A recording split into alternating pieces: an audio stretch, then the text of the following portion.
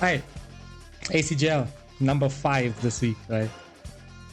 We've had 4 ACGLs just to count back the winners, right?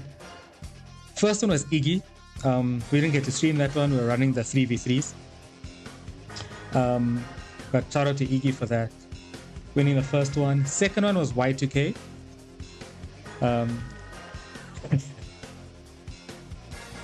This guy.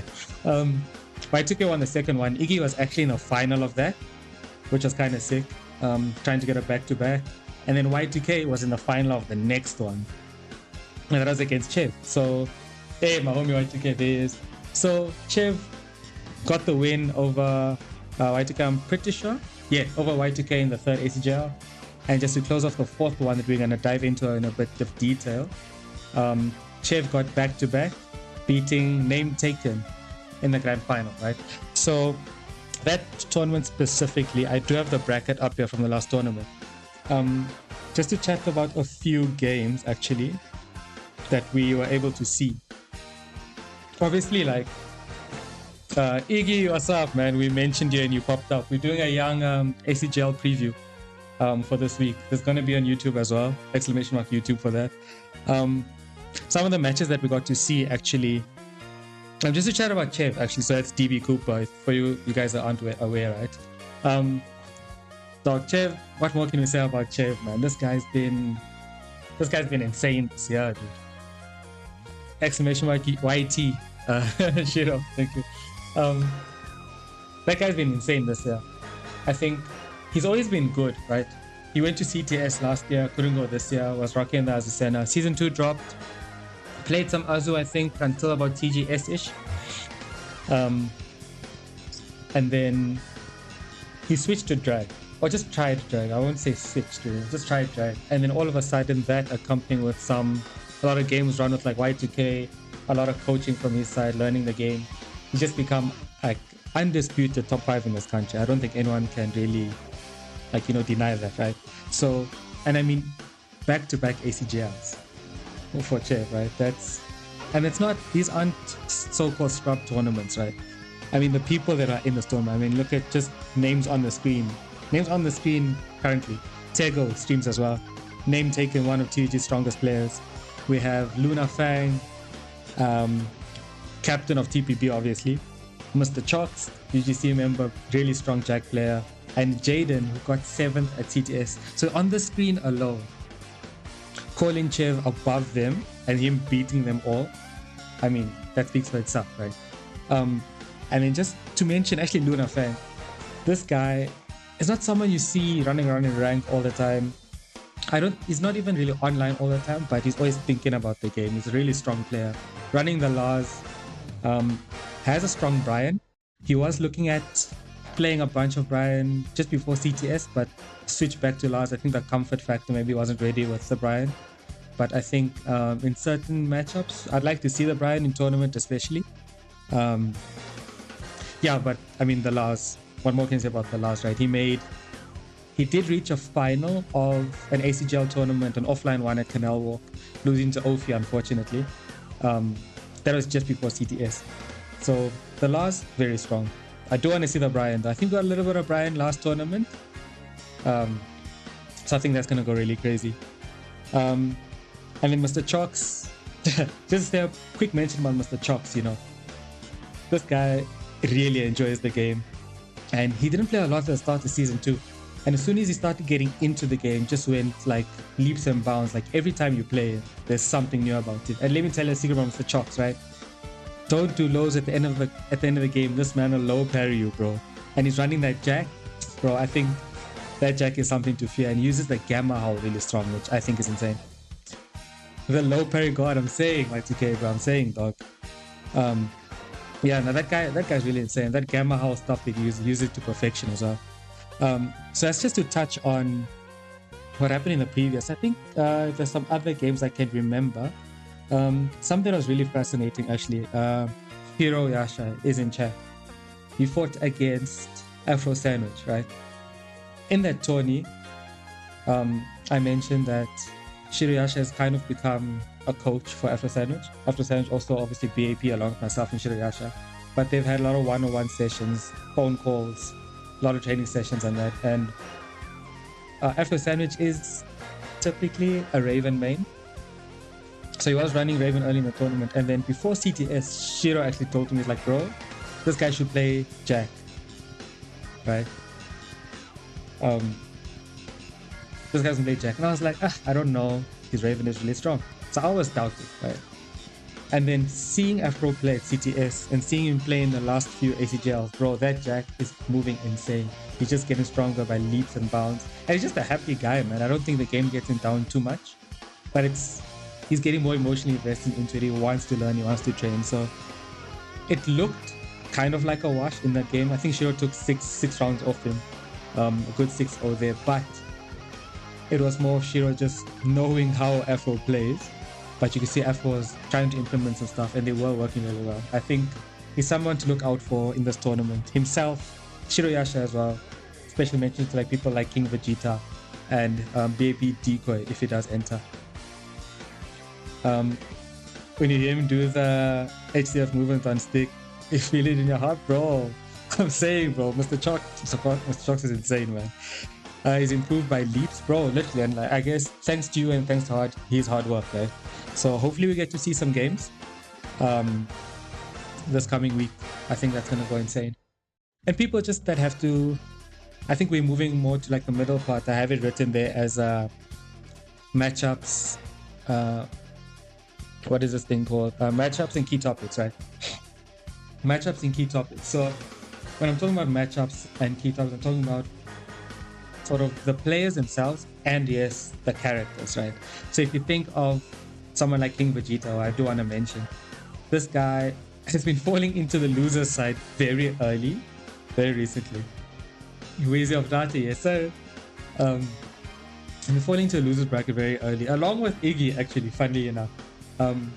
But I think King Vegeta is someone with his back to the wall.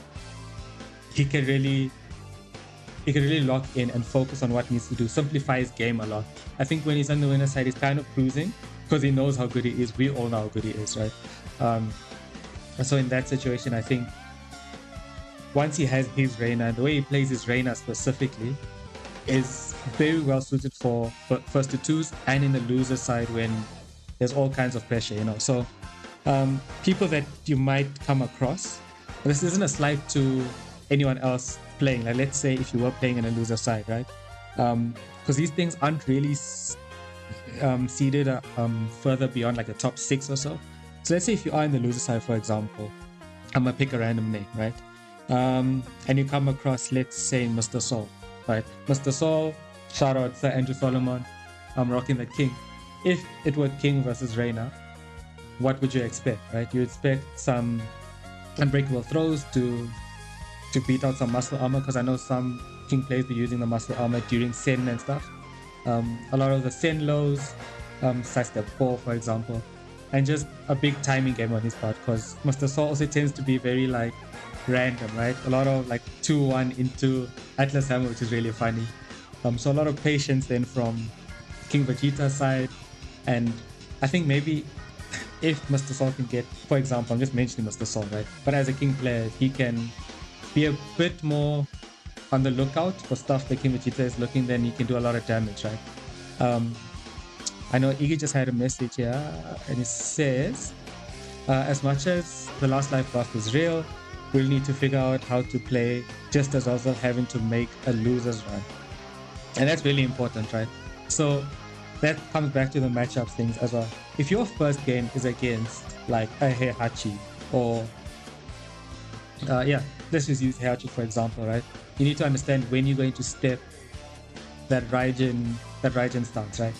You have to do it from the jump instead of, oh, I made these mistakes, I died now. If I fight Heihachi in the loser side again, I need to just remember the stuff that I didn't do in 6 rounds to lose last time, right? So that's a very big point to make. And like locking in from game 1 is so important. And I think first to twos especially are so challenging because you use your own character and you know exactly what your character can do, right? A lot of us fall into like flowcharts and that, right?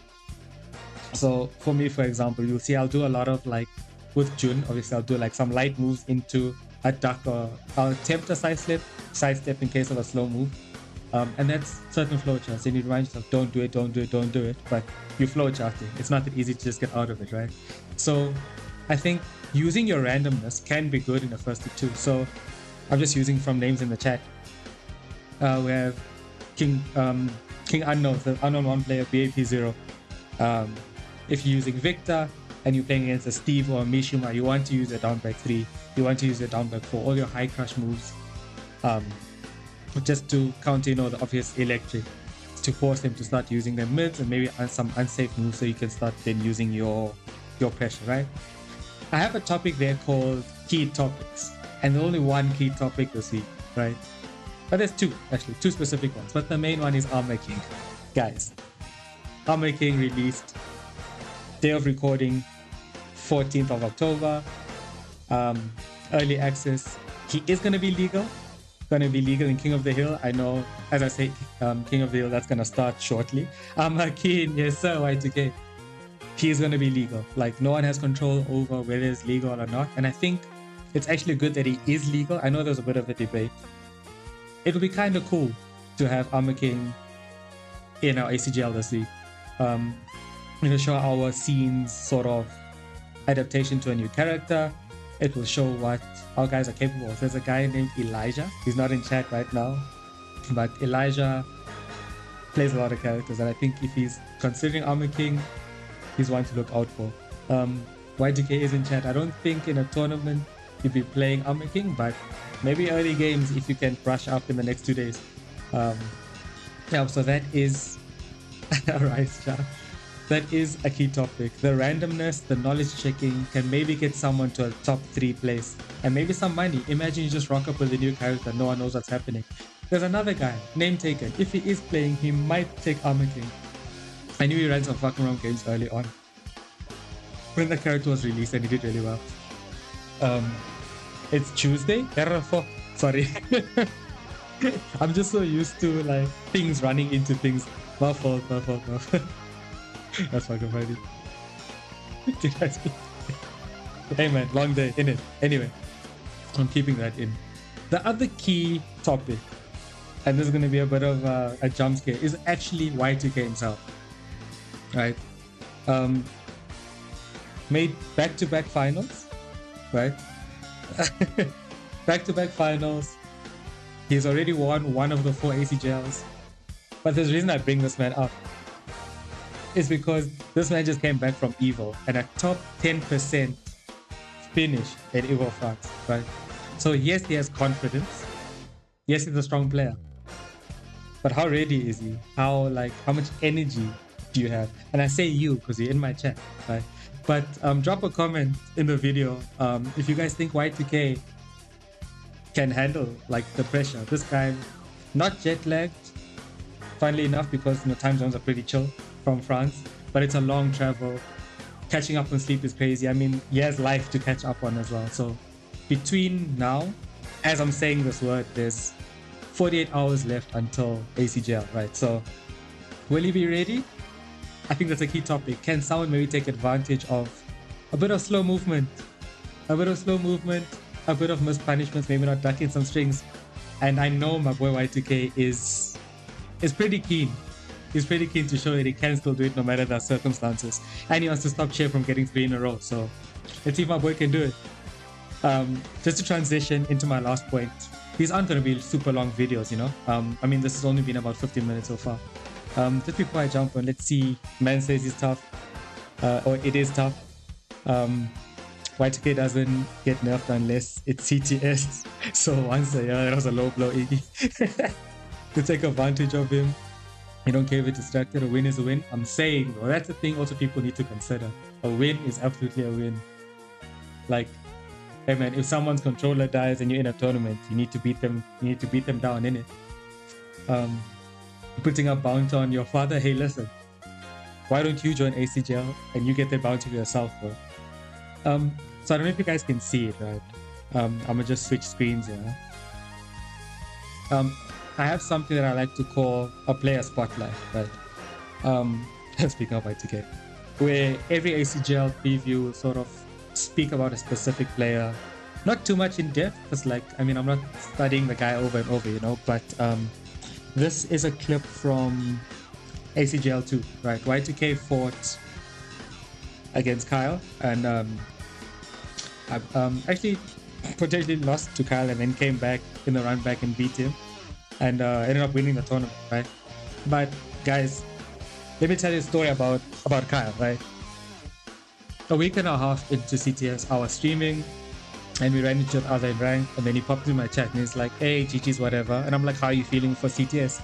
This man was confused, bro. He's like, I don't know, actually. I'm kind of nervous. I don't know if I should play Fang. I don't know if I should play Lee. My game doesn't feel too strong. I'm not really sure what's happening. Cool. And I just told him, like, you know, it'll sort itself out. Don't you worry. That same Saturday, it was a few days afterwards, I was in Cape Town. I went to the Canal Walk tournament that was hosted by ACGL as well. And I think I went 0-2 at that tournament, right? It was just, you know, casual tournament. Nothing's casual. You remember that? yeah, that shit was insane, man. I think that tournament is casual, but nothing's casual in our country, right? And there were some very strong players. There was the Chalks, Ophi, Luna, Seamboy, Compose. They were all there, right? I think my man Kyle went 0-2. And I chatted to him just after the tournament. I'm like, bro, are you committing to the Fang, committing to the League? At that point, he's like, I don't know. We'll just see what happens, right? That's a week out from CTS. Literally 7 days. Bro, this guy rocks up to CTS, right? And to jump the gun a bit, top 16. And for someone who didn't have confidence, or maybe something picked him up during the week, he was playing as well as I've ever seen him play. I think he was playing pretty much as well as I saw him play on this day. I'm pointing to the screen on my side, by the way, but you guys see the screen, right? He was playing as well as I saw him play, even better than this set against Y2K, right? And just for reference, on his way to top 16, he beat VAP 0, he beat myself, and he beat Shiroyasha, right? Basically, 3 of the 4 founding members of VAP, like, beat us all. I think it took all of us to sort of final round or something, and has that clutch factor. And the clutch factor is something very specific. Specific I want to bring up, right? Because there's someone we call Y2 Clutch, right? Also on screen at the moment. Kyle has picked up that of late, and I think this tournament he got a top 4. And then rocking the Lee as well, not even using Fang at all in a tournament, putting his faith in the Lee, and I think that's so important for him. He's just so comfy and so optimal with the character. You know, your punishes sort of fall away when you use a different character, right? And I think he's got his confidence back with the Lee. His use of 4-4-3 is really strong. He's 1+2, he doesn't overuse it too much. People sort of fish for the counter hit launch. They fish for the +2 into Hitman stance, which, like, yes, you can move around, but it is difficult, right? And you don't have to commit to it. That's the thing that I like about Kyle. He'll use the 1+2, sometimes not commit to Hitman, and then just use his normal stance. So typically your defense against Hitman stance is sidestep sidestep right dark, or sidestep right in general. But then he won't commit to the stance, and then you walk in that way and he'll just carry on clipping you, right? And timing on his hopkicks, his DF2s are really strong. A very strong movement player, the placement of his DF1s, all the lows. I think Lee's a really strong character, and someone like Kyle is the best exponent of the character in the country, along with Alcatraz. I think those are easily top 2. And I've never been a Lee fan, not a big fan of the character, but every time I watch people like Kyle play, I'm like, you know what, this character is actually kind of sick. I'm probably just jealous because I can't play the character myself, right? So yeah, that's just a little funny anecdote of mine. It's something I do with all characters. So I hope he does register. I don't think he's on the list at the moment for this week. By the way, !ACGL for this week to register. And I'll drop it in the YouTube link as well in the description. Yeah, I think if he does pitch up, there are a lot of strong players, but a guy who should be confident and is confident in his own character, in his own ability, I think he can do something insane. I mean, we just saw sidestep right on the electric and the DF2. Shout out Sejax also. He may be in the UK, but he's South African all the way. Hey, yeah, man. Shout out that homie, man. Hopefully we get to see him run some games at some point, bro. And shout out that guy, bro. And also shout out if you guys seen ACGL stuff on Twitter, by the way. There's a guy named Holden. He's one of the co-founders. I think he does follow me, for making all this stuff possible, for giving us this platform to talk about our scene, to show our scene in ACGL tourneys, in serious tournaments, man. These things have become really, really serious. I mean, there is money online, a lot of strong players entering, and hopefully we see more, man. So that's enough of my yapping.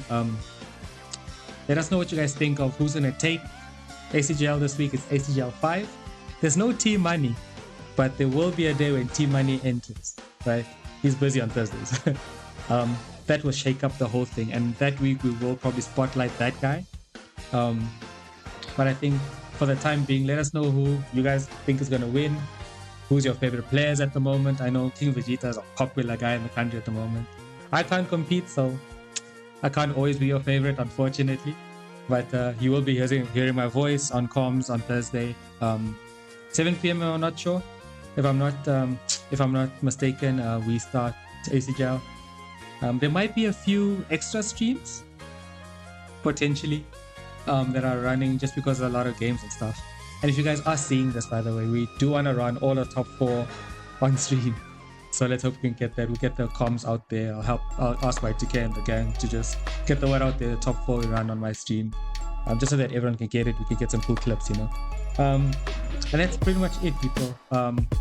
That's it for my first ACGL preview.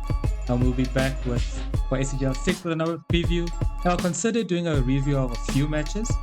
Let me know if you guys want to see that, man. All right. Peace. We'll check you on the guys in the next door.